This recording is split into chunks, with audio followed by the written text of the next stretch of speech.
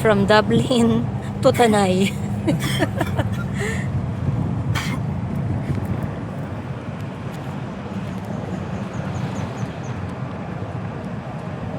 Ay, aksidente yun po. Ano nakita ko doon? Nalaglag.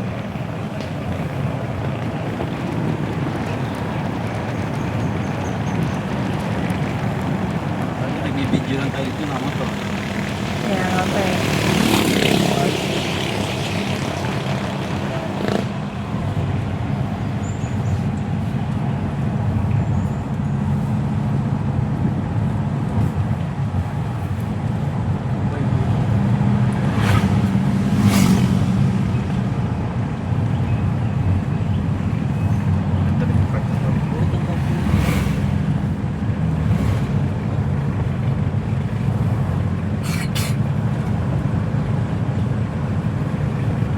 Pressure sa tenga mo.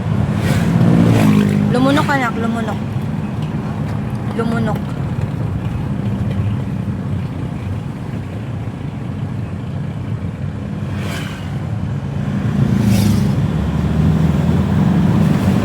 Ipadandahan. Slow down nga ako. Eh, pasafe. Safe nga sila na wala tayo sa likod. Masyado mabilis. 60 lang.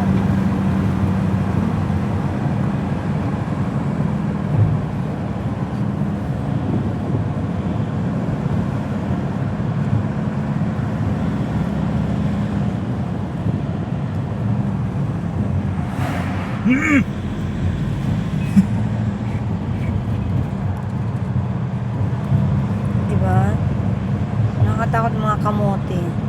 Ba't may ganyan yan? Feeling the blocks. Connect the dots.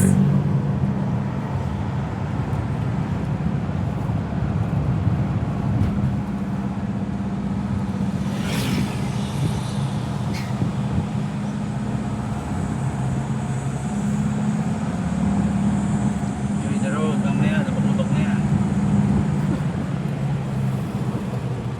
Yes.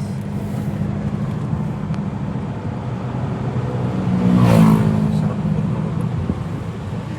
Nakanyika.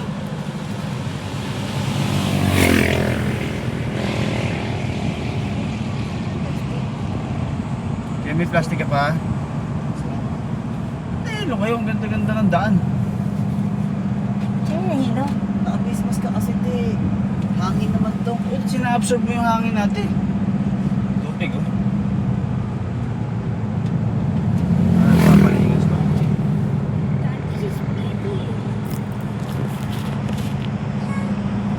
May plastic pa? Doon sa sinukaan niya stone, doon siya. Ano siya? Bigay mo yung pinagsukaan niya stone, kuya. Kaya mo sumuka ka din sa may suka na? Wala naman siyang choice eh.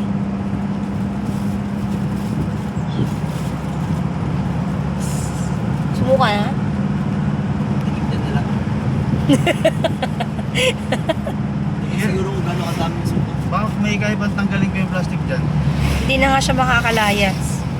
Ah, Nakasanda na si Aston sa kanya. bumili tayo dun sa akin. Yan ako. Ano yun ano? Rice. Rice field. Ayun. Anong tawag doon yun? Saan? Wala tayong rice terraces, anak. Sa Rizal wala? Wala. Tayong ganun. Ano rice terraces? Wala po pa.